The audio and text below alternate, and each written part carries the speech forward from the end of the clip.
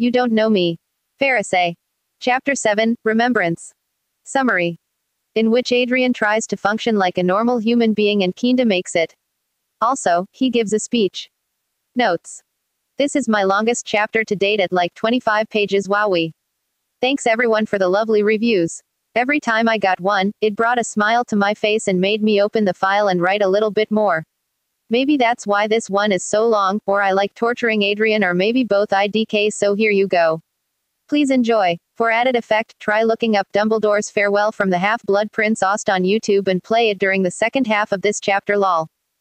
See the end of the chapter for more notes. Chapter text. Chad Noir bounded over the rooftops, the last rays of sunlight reflecting off the shiny leather of his suit. Tiki flew after him, keeping a safe distance behind him, but with her eyes firmly trained on Chad Noir's face. She was waiting, searching. Something about Adrian had been off. The frivolity with how he had forced Plague to transform him had caught her off guard, and even though she didn't know Adrian as well as Plague, she knew that was not a normal reaction from him. Adrian was calm, polite, and good-natured, with a heart of gold far larger than his mansion. As Chad Noir, he was the same, only more easygoing, a jokester, and a free spirit. It was not even common for him to get angry in battle, as demonstrated by his usual goading and teasing of his enemies and his penchant to blurt out bad jokes at the most inconvenient of times. She could feel something stirring within his person, and Tiki didn't know what to make of it. Chad Noir stopped for a rest at a parapet, sucking in a breath. "Woo, what a good run," he commented with a yawn and a stretch of his arms over his head. "You okay back there, Tiki?" He turned his face to her, a small smile on his face. "Why yes," Tiki said dubiously, taken aback by his sudden change in demeanor. The dangerous, angry spark she had seen mere minutes ago was gone from his eyes. His brows knitted together in a curious frown. "You sure?" She hesitated a little bit. "I was wondering, are you okay?" He chuckled. "I told you it's only a cough." "That's not what I mean." Tiki cut in. Chad blinked. "What do you mean, then?" "Back there, when you transformed you," Tiki chose her words carefully, "you seemed angry." Huh. Chad cocked his head and blinked in confusion. His brows seemed to furrow as he thought, as if trying to remember something but failing to come up with anything. "I must have spaced out, but I wasn't angry," Chad said finally, rubbing the back of his head sheepishly. "I think I just need more sleep, it's no big deal." "I'm sorry." Tiki was not convinced, but chose to back down for the time being. "Okay. Tiki?" Chad asked, his eyes soft in concern. "It's okay, you are tired," Tiki said with a small smile, flying up to rest a paw on his cheek, "but Adrian, if there's ever something troubling you, you know you can tell us, right?" "Of course," Chad said amiably, "you'll be the first to know." Chad made some good time by waiting on the Eiffel Tower for the sun to set completely. Tiki had been quiet the whole time, which still worried him. She had almost seemed afraid of him, her eyes quickly looking the other way whenever he caught her staring at him. He wanted to ask her what the problem was, but something stopped him. Had he made a face while transforming? Did he really look that sick? He couldn't tell what was wrong. The fact he had not eaten a bite all day probably didn't help how he acted, as it made his stomach churn painfully and his head feel woozy. He was convinced his determination to get to his goal was the only thing that kept him steady on his feet. He had gotten an idea, but had not told Tiki just yet, mulling it over in his head over and over. He had already neglected telling them the full extent of his plans before, and he didn't feel like doing it again. He pulled up his baton, activating the phone feature and looking at the time. It was 9 o'clock. Visiting time was officially over and nurses would be taking shifts, giving him a few minutes to sneak in again. Motioning to Tiki with a hand, he leapt off the tower and vaulted off. He made it to the hospital's roof in a matter of minutes. Tiki had immediately floated down to Marinette's window, phasing through the glass to check for nurses. Chad waited, clicking his claw against the edge of the building anxiously. Minutes passed and Chad fidgeted, fearing Tiki had been seen and wondering if he should drop down and check himself, but after a few seconds, Tiki finally flew out, floating up to him. "Sorry for the wait," Tiki apologized. "I took the liberty of hanging around and checking the nurses' shifts posted outside the door. I memorized the whole thing. We have around 15 minutes before the next one comes by to check on her." "Tiki, you are a genius." Chad commended with a grin, "Absolute genius." Tiki giggled before flying back down, Chad Noir leaping after her. Tiki flew back in through the glass and unlocked the window, allowing him to sneak in, silent on his feline limbs. Making sure they were truly alone, Chad Noir approached Marinette's bedside, gently stroking her cheek with the back of his clawed fingers. Hey, princess. He smiled as Tiki floated to nuzzle against Marinette's other cheek. You are looking better. It wasn't a complete exaggeration. Even though it had only been a couple of days, her cheeks seemed to have a healthier flush, and her skin wasn't as pale. Her lips had even gotten their pink color back, looking soft and alive. He had to resist the sudden urge to lean down and kiss them. No, even if Tiki had confirmed that Marinette loved him back, he wanted her to tell him herself.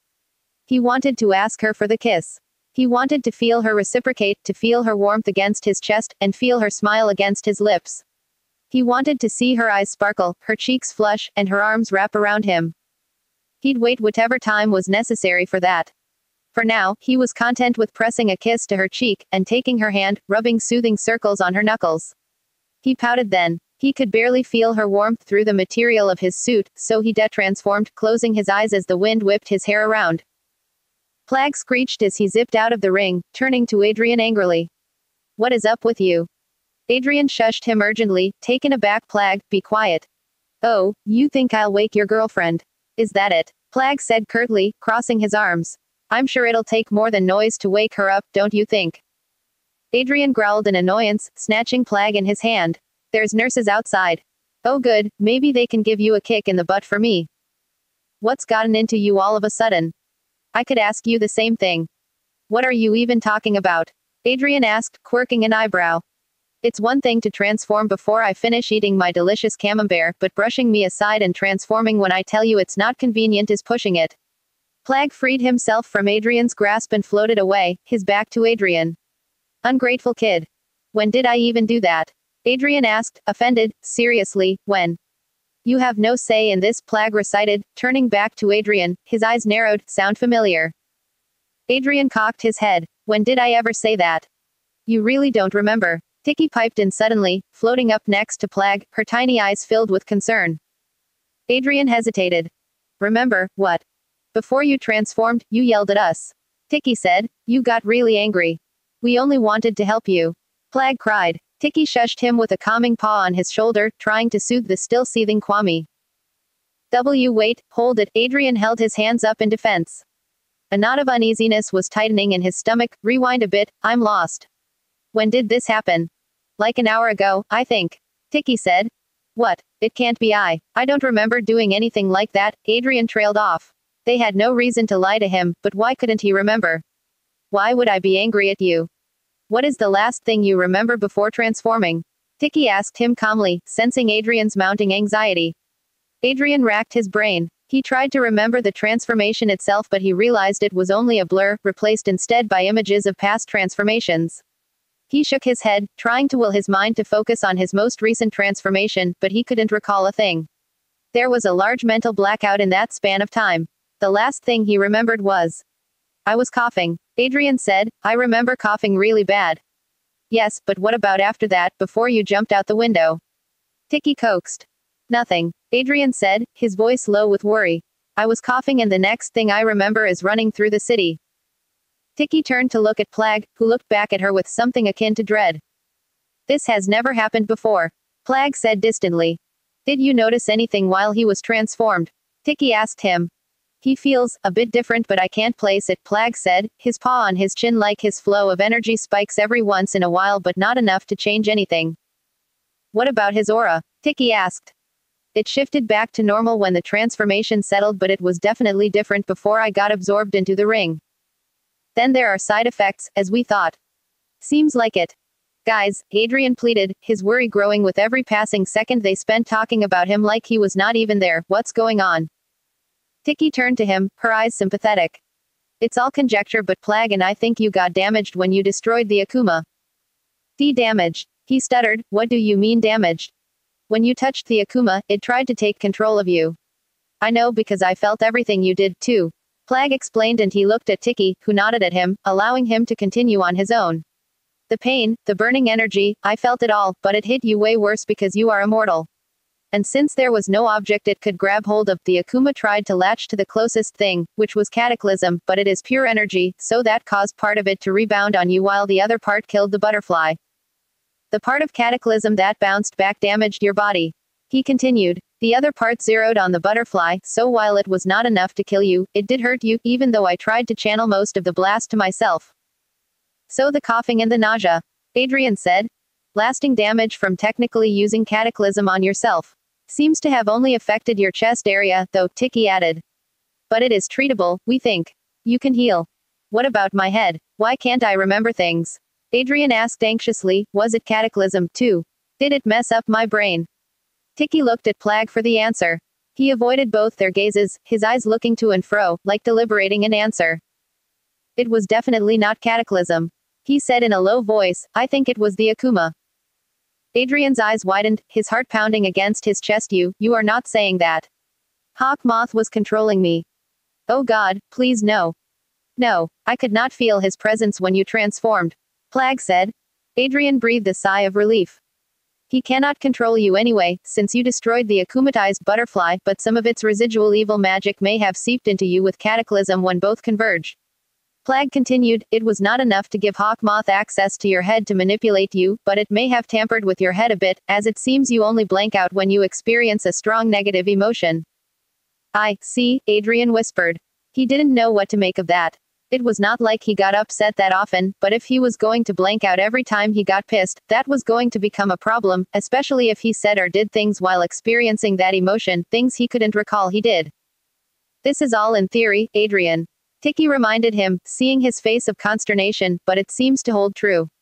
Cataclysm's damage seems to be manageable though, since it's physical. If you get it looked at. I'm not going to a doctor, Adrian interrupted, shaking his head. I cannot explain any of this without exposing who I am.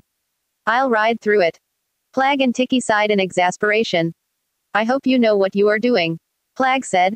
I'm more concerned about the Akuma, honestly. Adrian turned fearful eyes to the Kwamas. His voice hitched before he spoke. Can we do anything about it? Plague trailed off. I don't want it to change me, Plague. Adrian said, almost begging. Plague went quiet, his little green eyes unsure. Shush, it's okay. You won't change. We'll keep watch over you. Tiki tried to encourage him, floating down to his head and stroking his hair. We will figure something out. You're going to be okay. And although Tiki was trying to console him with positivism, he didn't miss the melancholic, unsure way Plague looked at him. Adrian sighed dejectedly for the 5th time in the last 10 minutes. His head rested on one arm on the bed, while the other lay outstretched, caressing Marinette's forearm gently. Tiki and Plague rested on the pillow near Marinette's head, chatting amiably in hushed voices so as to not disturb him. But in the end, it didn't do anything but set him further on edge. He felt uncomfortable jitters in his stomach, a cold sensation running up and down his back non-stop. He was scared. He could deal with the physical consequences of his actions, but the mental side of the ordeal frightened him. How deep did the Akuma's dark influence run in him? How much had it changed? The one reassuring thing about the whole thing was that apparently his moment of depersonalization had barely lasted a minute. But he didn't know what he was going to do. He hoped nothing like that would happen at home, or school. Suddenly, he was yanked out of his thoughts when his phone buzzed against his leg, making him jump. He pulled it out, noticing it was an update from the lady blog. Remembering that Aaliyah now used it as a platform to report attacks for him, Adrian couldn't bring himself to ignore it. He pulled up the blog to read the newest post. Burglary at gunpoint on the 7th arrondissement. Suspects fleeing on blue car en route to l'Université. Police force having trouble keeping up. Massive amounts of gunfire. Several injured. Please help, CN. Posted by user, Andre_Jarges. 2 minutes ago. Damn, Adrian cursed. He looked apologetically at Plague. I'm sorry, but it's an emergency. Plague nodded quietly. He looked back at Tiki before he floated to Adrian. Yeah, let's get this done. Thank you, Adrian said. Plague, if something happens. He held up a paw to silence him. Stop overthinking it. Just do it. Why yes, okay. Adrian turned to Tiki. Time to test out his plan. Tiki, could you please stay with Marinette? He asked. I really want to see if what I believe is true. Could you please look after her for the next couple of days? But Adrian, what if you need help? Tiki protested. It's just a burglary, not an Akuma, Adrian said with a half-hearted smile. Regular bullets can't penetrate the suit. I will be okay. Please. Tiki looked at him hesitantly. He could tell she loved Marinette enough to welcome the proposal, but was also discouraged from doing so for whatever odd thing the Akuma had done to him earlier. He was concerned as well and knew he'd have to touch on the topic again later, but right now, he couldn't delay. Look, I'll leave my phone so you can watch the news stream, Adrian said, pulling up the link on his browser and handing her his cell phone. If you see that I need help, you can fly in. I'll come back right after I'm done. I'll tap on the window, and wait for your signal or send you a text. The phone is set on silent. Sounds good. Tiki mulled it over, then sighed, taking his phone from him. All right. Thank you, Tiki, Adrian said, I'm really grateful. Tiki nodded with a half-hearted smile. Please, take care, she said, zipping away and hiding under Marinette's pillows. Will do. Adrian turned to Marinette and took her hand, kissing the back of it. Hang in there, milady. Flag. Transform me. It didn't take him long to find the burglars. The sound of gunfire breaking through the night was clear enough for him to follow, and he caught up to them in no time, pulling ahead of the police fleet giving chase. He was shot at from the windows of the blue car, but the bullets ricocheted off his suit or didn't hit the mark, his reflexes way too quick for them to aim at him properly. He jumped ahead and threw his baton just in front of the thieves' car, using its momentum to send the vehicle flying and flipping on its side. The car careened out of control, crashing strenuously against the trees lining the sidewalk. The three burglars promptly escaped the smoking car through the broken glass pane on the dashboard and shot at him as they tried to make their escape, but he deftly evaded the shots and incapacitated them before they got too far. The police force soon caught up, thanked him, and arrested the thieves. Seeing as he was not needed anymore, Chad Noir gave them a grin and turned, ready to vault off until he was stopped by Officer Roger calling after him. He ran up to Chad, thanked him again, and handed him a letter bearing the mark of Paris Mayor, André Bourgeois, urging him to read it as soon as he could to provide an answer. Intrigued, Chad took the letter with the tiniest hint of hesitation and opened it. His eyes scanned the paper, reading over the neat cursive penmanship and the formal writing. The more he read though, the more his heart clenched, and the quicker his smile disappeared. By the time he was done, he pretended to reread the letter in order to subtly blink the moisture in his eyes away and swallow the lump that had formed in his throat. Licking his lips, he folded the letter neatly, tucking it in his pocket. He then turned to the officer, nodding solemnly. I'll be there. You did great. Tiki congratulated him as he slinked into the room right after the nurse had left. That was a really clever thing you did with the baton and Adrian. Are you okay? He didn't respond. He dragged his feet to Marinette's bedside, sliding down to his knees and resting his chin on the mattress just beside her hand. He almost craved that hand to reach out and comfort him. He sighed, his eyes downcast. What's wrong? Are you feeling sick? Tiki asked, brushing his bangs away from his eyes and feeling his forehead. I'm okay, he muttered. He reached down to his pocket, retrieving the letter and handing it to Tiki to read. The Kwame laid it on the bed, mumbling under her breath as she read. From the corner of his eyes, he saw Tiki's antennae droop the closer she got to the end of the letter. Oh. Yeah. A memorial. MHM. Yes, a memorial. They were going to do a memorial for Ladybug in a week's time. A mass ceremony would be held to honor Ladybug's memory and to celebrate her achievements, and they wanted Chad Noir to participate in the event, as her most trusted partner, and the person who was closest to her in life. It would take place right underneath the Eiffel Tower, Ladybug's favorite place. A week of city-wide mourning would be made official right after. Are you going? She asked. How couldn't I? I owe her that much and we have to protect her identity. Chad whispered, I think it's in our best interest for everyone to believe that she is gone for the time being, especially Hawk Moth. If he believes her miraculous to have been lost with her, perhaps he will give Paris a rest. I don't know, Tiki said apprehensively. Hawk Moth is no fool. There is no way he is letting this opportunity pass. I think he will try to target you instead, since you're at your most vulnerable, alone and in mourning. He may also assume that as her partner, you have her miraculous, which is true. Where did you put them? Chad pointed a finger at his other pocket. I carry them with me, in case she wakes. You shouldn't do that. It's better if you store them someplace secret and safe. Tiki said, it's dangerous for you to carry them. If Hawk Moth were to capture you. Chad frowned, considering it. We could probably take them to the Guardian, she started. Who? Chad Noir cut in, raising an eyebrow. The Guardian, she said, realizing she had never talked about that person with any of them, the man who looked after the miraculous before you and Marinette. The one who chose you. His cat ears perked in curiosity, his tail swishing behind him. He had never heard of this Guardian. Plag had never mentioned any such person before, the person who chose him and Marinette to be heroes. He wondered about him, running questions through his head. Was he aware of what was happening? Did he mourn Ladybug's death, as well? Did he know about Marinette? Did he care about them? Why didn't he come find him? Was he the one who gave hawk moths his miraculous too? Chat's thoughts froze. Why give a miraculous to such a heinous person? What were they thinking? A hot sensation churned within Chat, rolling in the pit of his stomach. It was warm and sudden, and sent adrenaline coursing through his veins, anger bubbling within him. No, Chat said finally in a low voice. If he really cared, he would have come forward. He had no right to him or Marinette anymore. Adrian felt betrayed. Given this task and then abandoned to his own devices, the man wouldn't even show his face when one of his heroes had been shot down. He just wanted them to do his dirty work. He didn't care a smidge about them. But Tiki started. No, Adrian repeated angrily, I want the earrings available for Marinette when she wakes. I'll put them in a safe if I must, but no one is touching them but Marinette. And if Hawk Moth, he broke off abruptly, going still. His gaze stared ahead, distant. After a moment, his eyes slowly narrowed, vertical irises becoming thin slits. Tiki stared at him, bewildered. Hey Adrian. He was quiet for a moment, then, the corners of his lips pulled into a smirk that sent a shiver down Tiki's spine. If Hawk Moth wants to wage war with me, then let him. The rest of the week dragged slowly, his insides twisting in dread for the upcoming memorial. At Tiki's insistence, he had made the extra effort to keep food in his stomach and take better care of himself to counter the effects of cataclysm, but much to his misfortune, the added stress did nothing but worsen his condition in the passing days.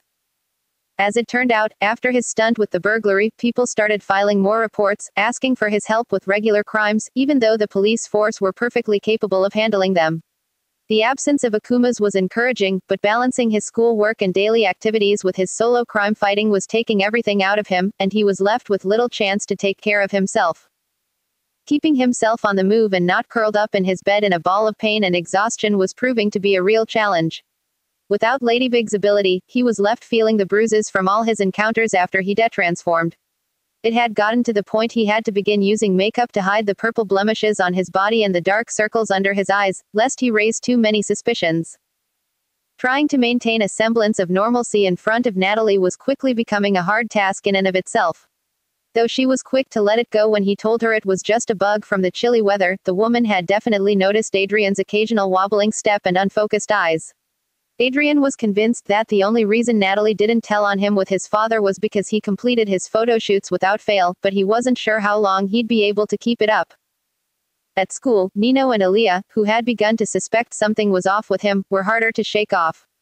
They would question him and try to drag him out, insisting that the fresh air would do him good, but he would resist. They would only relent when Adrian insisted he was just tired from work, feigning happiness as he did so to not worry them. But even he couldn't deny he wasn't okay. He was sluggish and slow on most days from lack of sleep. The bouts of coughing persisted, and at times it was so bad that it would take several minutes for him to recover from a spell. He ate what little he could, but nausea would drive him to his knees several times during the day, making him lose what little nourishment he had managed to get. As the days trickled by, he could feel himself losing strength, getting thinner, sicker. He knew he needed medical attention, but he couldn't bring himself to seek it, in fear of exposing his and Marinette's secret. They would ask him what he was up to, why he had so many bruises, why he had a large scar on his hand, why he was so sick, and he was not confident he could come up with a convincing lie. His mood wasn't faring any better. He found himself getting irritated at the smallest of things, a fuse within him lighting up as quickly as a match to a flamethrower. Criminals were usually the ones on the receiving end of his lashing, so no one thought anything of it, but it would take several seconds for him to realize what he was doing and rein himself in. He had to stop watching broadcasts of his crime fighting after he noticed that despite his wavering strength, he seemed to be a lot more brutal toward villains. It scared him, especially because half the time he didn't remember doing the feats the videos showed. He knew it was not like him. But even Plague had begun to be unable to recall those actions, and thus could not confirm if it was a byproduct of the Akuma's influence or not. He blamed Adrian's exhaustion for it, and Adrian had to make do with that explanation, even though he was almost sure it was not the real reason. Plague himself seemed to slow down as well, ending up as worn out as Adrian. He barely talked, focusing instead on getting camembert through his mouth while trying to keep his eyes open, and napping for hours on end. All that because Adrian was forced to work overtime, responding to reports on the Lady blog and transforming almost every couple of hours. With Ladybug gone, criminals were having a field trip, thinking him incapable of being on two places at the same time. Adrian had never realized how badly he needed Marinette until then. Her absence took its toll both physically and emotionally. The puns stopped coming. Words in general stopped coming. With no one to listen and sass back, there was no point. The fun-loving Chad Noir everyone knew and loved was fading. He still tried to pretend. He tried to smile, to joke, to goad, but none of his words had any heart in it. He just didn't have it in him anymore. He went through the motions on autopilot. Transform, fight, detransform, check lady blog, rinse and repeat. He barely went out, using his other activities, non-existent photo shoots, imaginary events, or schoolwork as excuses to not hang out and catch up on sleep instead. Nino would visit sometimes, worried about his sudden isolation, and Adrian would let him in if only for Nino to leave with reassurance that Adrian was fine, even if it was all just a front he put up for everyone around him to leave him alone. It all pained him. It weakened his spirit. He couldn't protect Paris alone. It needed the duo, and he needed his other half desperately. So desperately, in fact, that some nights, tears would come unbidden, born from pure frustration and helplessness, making sleep elude him. Some days, he found himself looking over his shoulder at the empty seat beside Aaliyah, and it would take everything out of him not to break. He needed her.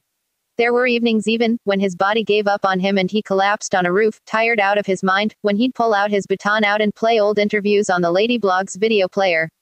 Listening to Ladybug's voice was enough to energize him long enough to pull himself to his feet and make it home before he crumbled again. Sometimes though, he wouldn't even be able to make it home, and would instead faint midway, usually on Marinette's balcony, his feline senses instinctively seeking it out as a place of comfort. It had happened thrice that he had visited Marinette at night, that he had passed out on her bedside, drained. Tiki would rouse him only when the next nurse was soon to come, giving him time to bail. She worried for him, but Chad Noir brushed her off, telling her it was his job and he'd have to deal with it. She honored the deal she had with Adrian, remaining on Marinette's side at all times, hiding whenever necessary, and Adrian would leave his phone with her every night so she was aware of how he was doing and what was going on in the city. And despite everything, visiting Marinette always made him feel better. It was the one highlight of the many sleepless nights where he had to keep himself awake to deal with reports being posted on the Lady blog at every hour. Even as he deteriorated, Marinette improved, and that made his heart swell. It was enough for him. Good news came to him 2 days shy of the day of the memorial. On the evening of the 7th day since the accident, while Adrian, Aaliyah, and Nino were visiting, they were told Marinette was showing amazing recovery, and that the wound on her head had nearly fully closed. That same night, he found she had less bandages, and noticed her hair had grown longer, flowing down her shoulders. She looked even more beautiful to him. But what made him happiest was his theory being proven true. Tiki was speeding up her healing, serving as Marinette's own lucky charm.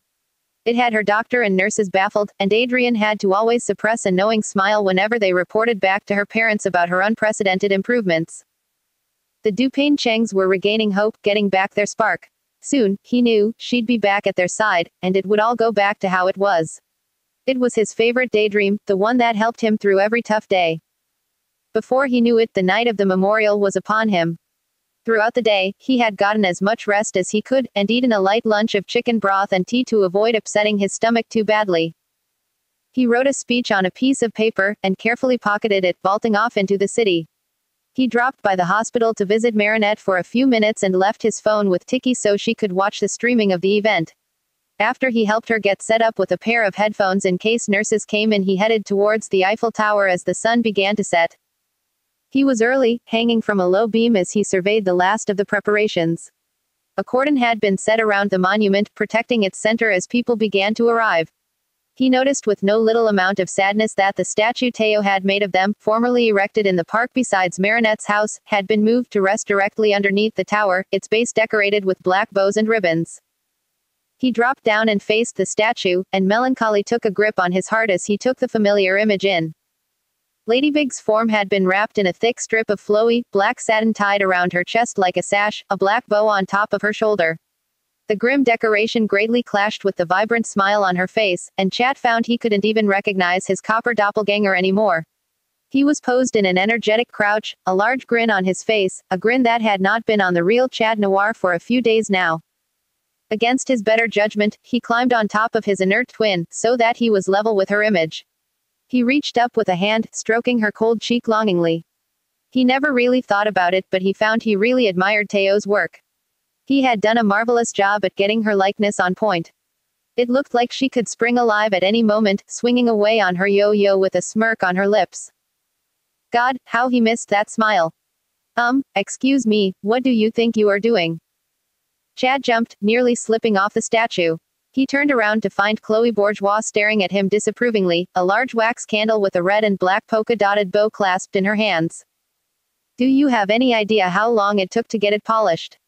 You're going to get it all dirty, get off, she said, and although she had her trademark scowl on her face, the usual scorn was gone from her voice. She sounded tired. She wasn't even wearing her usual attire, having switched for something more respectful in tones of black and red, but no less fashionable. Sorry, Chad apologized, jumping down from the statue. Chloe scoffed, you may have been her partner, but that doesn't mean you can suddenly do as you please. She said, walking to the statue and brushing some stray dust aside. After she was done cleaning, dramatically exaggerating the motion, she placed the candle at the base, just below Stone Chat's face, and lit it with a lighter. Chad Noir watched as Chloe fell silent, looking up forlornly at Ladybug's face. He was not sure he had ever seen his childhood friend look so genuinely sad and distant. She truly had admired Ladybug. Do you miss her? The question had been whispered in such a low voice he wasn't completely sure Chloe had spoken the words at all. Every minute of every day, he said softly. Chloe turned to him, and he could see tears in her bright blue eyes. You know, I hated you for the longest time. Chad Noir frowned. He knew Chloe was a huge fan of Ladybug and didn't particularly care much about him, but he didn't know she actually hated him. Why? I blamed you for her dying. Chloe said straightforwardly. I almost asked Daddy to have you banned from the event. Chad's cat ears flattened against his head in indignation. Ban him. Ladybug's partner. Was she insane? Before he could retort, however, Chloe held up a hand. But I didn't, she said, crossing her arms against the cold night breeze and looking down. I figured that if anyone was hurting about her, it was you. You couldn't have possibly wanted this, could you? She looked back up at him. If you had been able, you would have saved her, right? Chad Noir couldn't speak. A lump had formed in his throat. From anger, or sadness, or both, he didn't know. How could he have possibly wanted this? How could anyone, except Hawk Moth, have wanted this? How could he have wanted to go back to being alone, miserable, and unloved? Saved her. If only. His inability to do it still haunted him. If the Grim Reaper had had a physical manifestation, he would have bargained for her life without a moment's doubt, trading his soul for hers gladly. He felt a stray tear slide down his cheek. She was my life, he said, his voice barely above a whisper. Not a day has passed when I don't wish it had been me. Chloe looked sternly at him. They stared each other down in silence. Her, deliberating the honesty of his answer, and him, fighting to regain control of his emotions. He couldn't unravel right now, not when the event hadn't even started, and he had vowed to keep himself strong. Chloe walked to him, and from her scrunched-up face he had half expected her to slap him, but much to his surprise, she untangled her arms and wrapped them around him. He gaped, unsure of how to react to the foreign action, his arms lingering at her sides. He was used to her overbearingness as Adrian, but not as Chad. It was unexpected. Chloe was really not known for her compassion. But it didn't matter. As soon as it had happened, it was over. Before he could reciprocate the embrace, Chloe had pulled away, subtly brushing at her eyes so he wouldn't notice she had teared up. Your speech better be good. She deserves it, she said as she started walking past him, avoiding his gaze. I chose you for this, so you better not make me regret it. Chloe. Chad called after her. She stopped, but didn't turn, her back to him. Thank you, he said softly, for all of this. I know she would have appreciated it. Chloe's frame shook slightly with what he suspected had been a well-concealed sob. She seemed to compose herself, and looked at him over her shoulder. Did you expect any less from her #1 fan? She managed a smile and walked away from him, her head held high. Police vehicles lined up on every entrance, controlling the flow of people starting to trickle in to find their place around the cordon from all 4 directions. A podium had been set up a few steps in front and to the right of the statue, and Chloe was going around fixing up some last-minute snags. Chad had climbed back up to wait in a shadowy corner of the tower, away from prying eyes. People filing in down below would stare at him with pity and sympathy, and although he appreciated the sentiment, it only worsened his anxiety, so he chose to hide away until the time came. He felt butterflies in his stomach, and he tapped his foot nervously on the metal beam as he read and reread the speech he had written in an attempt to memorize it, but he was too distracted, realizing he had read the same line over and over in the span of 5 minutes.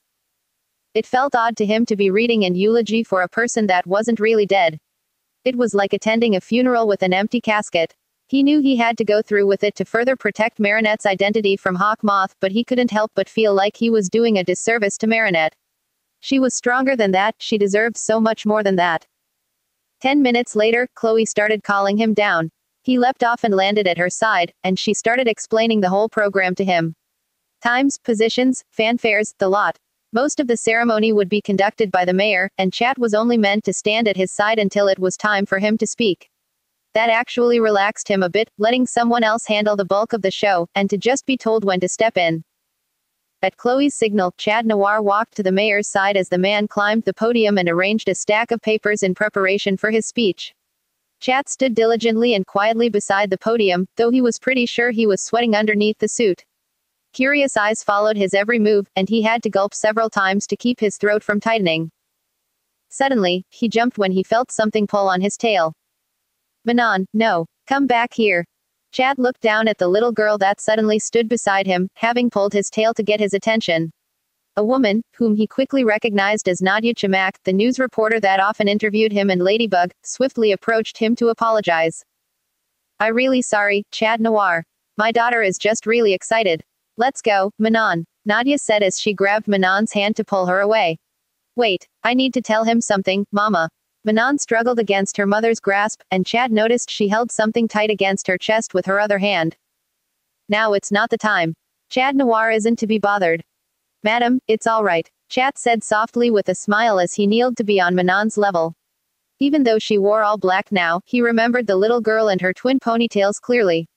She had posed with him at a photo shoot while Marinette babysat her once, and had even been akumatized, turning into the fearsome puppeteer. What did you need to tell me, Manon? Manon looked at her feet shyly, then pulled her arms out, showing him what she had been holding. I wanted to give you this because I think you need it more, the little girl said. On her hands was a handmade ladybug doll. The same one Marinette had made. His heart plummeted to his stomach as Manon laid the doll in Chat Noir's open hands. He grabbed it hesitantly, a clawed thumb passing over the sewn smile on the soft felted face. His eyes glazed over as he was suddenly overcome with emotion. Don't be sad, Chat Noir. Manon said. She rose on her tiptoes then, and kissed his cheek. I'll try, he chuckled with a quivering smile, pulling Manon into a hug. I'll treasure this. Thank you, Manon. Thank you. The girl then quickly bid him goodbye as the lights dimmed, and a spotlight was shown on the mayor. He gathered strength from the soft plushie in his hand and straightened up. Time to get this done. It was torture. The whole thing was torture for him. Every garden, bridge, and road around the Eiffel Tower was packed with people. It looked like the whole city was there, to the point it seemed like the tower was surrounded by a sea of black, pin-pricked by tiny balls of light from the candles held by many of the members of the audience. Adults, teenagers, babies, kids, they were all there, and those who weren't were surely watching the footage streamed from the many cameras set up both on the ground and on the air on choppers. This is how much people loved you, Marinette, Chat Noir thought wistfully. The ceremony opened with Mayor Bourgeois thanking people's assistance and explaining the motive of the event. As he spoke, large projectors on the ground displayed a slideshow of images of Ladybug on the surface of the Eiffel Tower. Chat Noir tried to waver his gaze, knowing that if he looked at the images, the wavering hold he had on his emotions would crumble. Chat Noir here, Ladybug's partner and confidant, will share a few words. Chat Noir snapped out of his thoughts at the sound of his name on the microphone, and he turned to see the mayor looking at him expectantly, stepping back to give him space on the podium. Sucking in a breath, Chat stepped onto the wooden platform and into the light, the piece of paper with his speech clutched tightly in one nervous fist, and the ladybug doll clutched in the other. He breathed heavily, looking around at the crowd. Every eye was on him, and as he scanned the audience, he noticed that Aaliyah had managed to drag Nino and Marinette's parents to the very first row, her hands, unsurprisingly, holding up her cell phone as she recorded the whole thing. He felt his throat constrict as he unfurled the wrinkled paper in his fist. He started, his voice, amplified by the microphone, echoing across the silent courtyard. His voice hitched, and he felt his own heart rate spike, heart thumping loudly in his ears. Fear enveloped him suddenly and nausea threatened to make him throw up. He was suddenly not sure he could do this. He was used to the spotlight as Adrien, but this was a whole nother monster. This was not a photo shoot, this was a funeral for his closest, dearest friend, with the eyes of hundreds of Parisians on him, waiting expectantly for his words. His eyes fell on the Dupain Chengs again. They looked at him sympathetically, and he could have sworn he saw Tom nod his head at him in encouragement, and Sabine cross her arms in front of her in a sign of support. He looked down at the speech clutched in his trembling hands, but the words blurred together. His eyes were misting over. Swallowing hard, he crumpled the piece of paper and dropped it on the ground. He briefly looked over his shoulder at the statue, at Ladybug's smiling face. Breathing deeply, he turned back to the expectant audience, bringing the doll close to his chest. "Thank you everyone for coming out here," Chad Noir started, his voice quivering. "Being here for me it's a great honor, because Ladybug was more than just a hero. She was a passionate, empathetic, and beautiful girl who gave so much to others without even once thinking about herself. Her heart knew no bounds in its all-enveloping love, and her compassion was as endless as an open sea. But this is something everyone knows. Many of you experienced it yourselves. Either as a former Akuma victim, or simply as a bystander, Ladybug was there in some way." He saw Aaliyah and a few other citizens, people he recognized as former Akuma victims, look at each other, nod in acknowledgement, smiling. "Paris lost a protector, a guardian angel, but I lost more than that." Chad paused, taking a few steadying breaths. "I lost my world. Ladybug was more than just my partner, my friend." He squeezed his eyes shut, trying to keep the tears at bay. "Although she kept our relationship strictly professional, she was much more than that to me. We were a team, but she was my better half, and to this day I still regret not telling her that. I regret not telling her how much she meant to me, how much light she brought to my world, how much I loved her." Some gasps of surprise and whispering rippled through the crowd, but he didn't care. "I miss her." His voice broke, and he choked back a sob. "I miss her more than I can express. Every day, everything reminds me of her, and it's hard. It's hard fighting alone. It's hard not having that red blur at my side. It's hard not having someone to listen, to joke with, to groan at my bad jokes." He pulled a shaky grin, tears building up in his eyes. "It's hard realizing that I will never hear her voice again.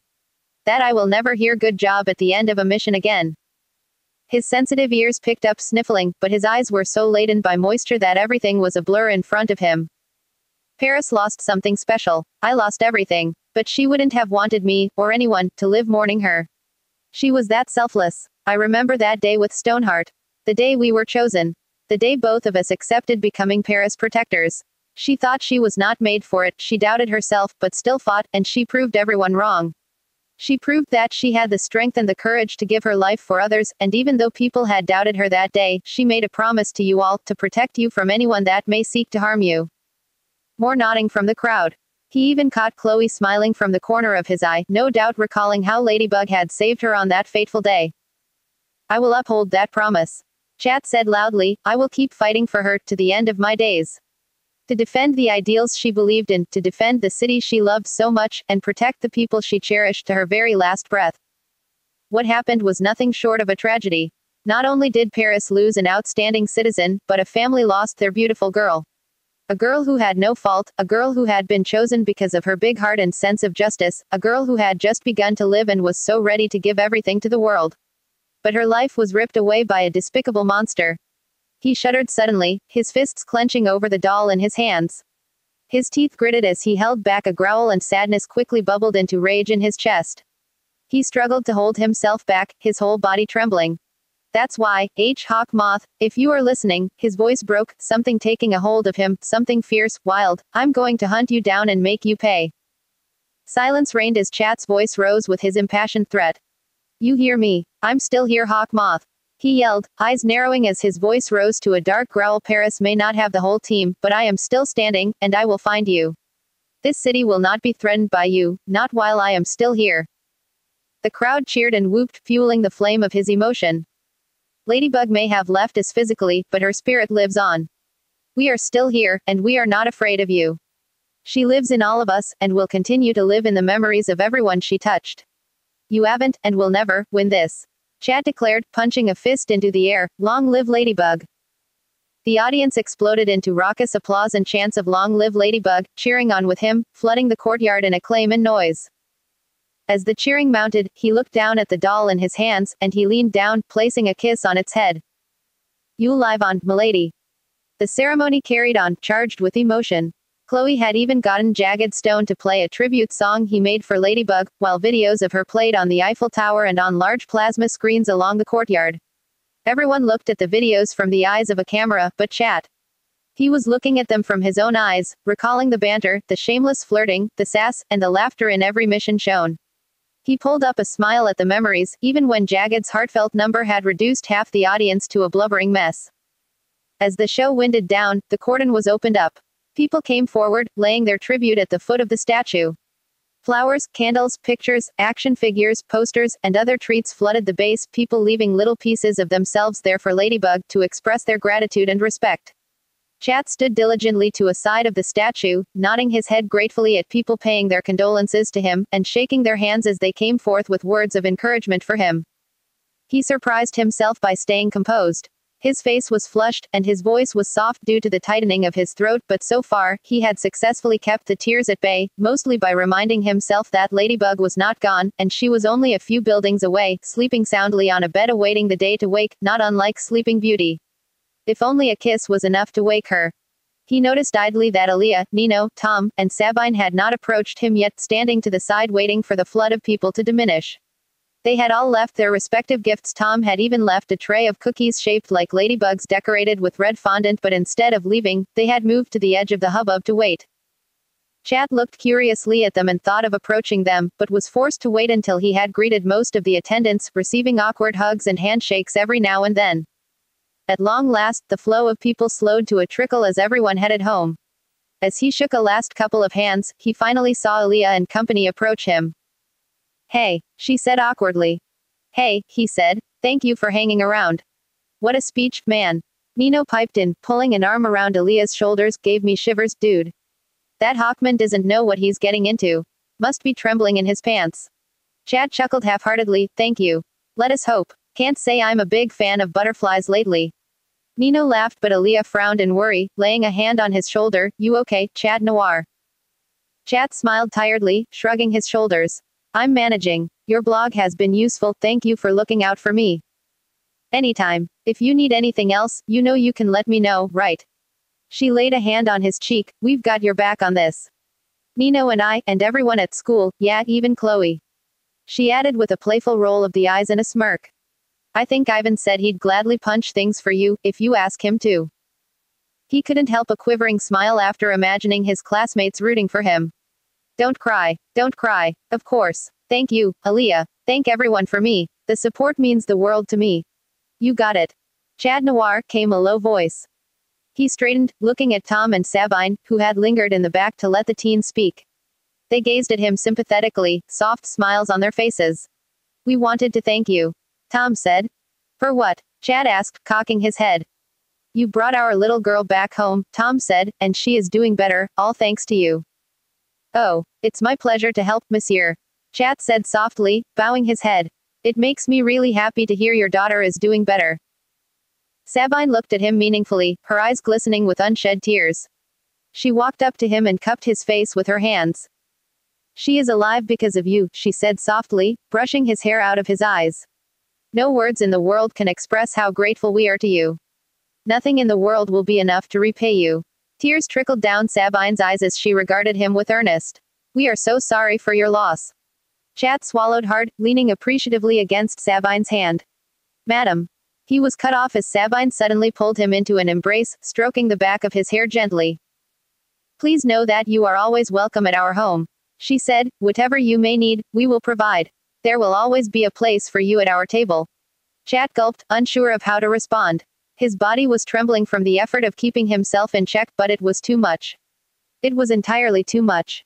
He needed this. After days of loneliness and crippling exhaustion, his body craved this, the warmth, the comfort, the support, the feeling that he wasn't alone in this world, the feeling that he was loved. The dam broke. His hold shattered. Thank you, Chad choked as tears started streaming down his cheeks. He clung to her for dear life, arms going around her lithe frame. He hid his face in the crook of her neck, all decorum be damned, and sobbed into her shirt, soaking it. Sabine didn't seem to mind, and held him tighter, lowering herself to the ground as Chat's knees gave out from under him and he fell to the floor in a trembling mess of whimpers. Everything he had been holding back during the ceremony came straight out, unhindered. "You are so brave," Sabine whispered soothingly, rubbing circles on his back. "You are strong and kind. Things will look up, I promise." Chad only cried harder, holding her tight against him as his body was racked by his heart-shattering sobs. A minute after, he felt warmer, as if a large quilt was being laid on him. He then realized it was Tom embracing both him and Sabine in his huge arms. Soon, Aaliyah and Nino joined in, hugging Chat from all directions, shielding him from the cold and the loneliness. They hurt with him, cried with him. And for the first time after days of sadness and despair, a genuine smile full of warmth and gratitude made its way to his lips. Notes. Edit. People made fan art of this chapter. Og, thank you, you lovely people. 3. http://spontaneous-dragonfly.tumblr.com/post/1425636651667/ that's hawk moth if you are listening. **poppyapart.tumblr.com/post/1426713985994/ thank you chat choked his tears. **Ferisae.tumblr.com/post/1427478955956/ wipe engineer I blamed you for her dying %C3%A9. **ferisae.tumblr.com/post/1432746445441/ kooky quich angst have all the angst the. Leave a thought.